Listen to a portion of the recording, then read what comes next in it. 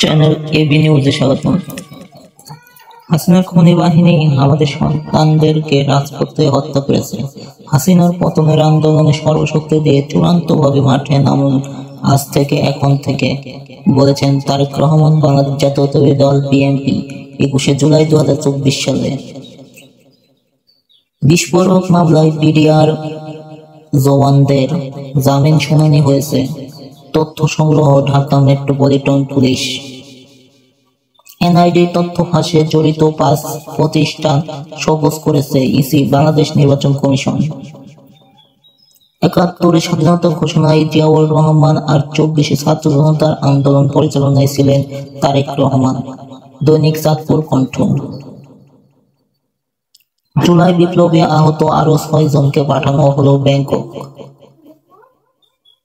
যুক্তরাজ্যে অবৈধভাবে কাজের অভিযোগে ৬০৯ অভিবাসী গ্রেফতার। সোমবার ১০ ফেব্রুয়ারি বিডিআরের ট্র্যাজেডির বিস্ফোরক মামলায় আজ ৩ শতাধিক আসামির জামিন আবেদন করা হয়েছে। আদেশ পরে দেবেন আদালত। আজকের মতো এই পর্যন্তই। আগামী ভিডিও দেখার জন্য আমন্ত্রণ। আল্লাহ হাফেজ।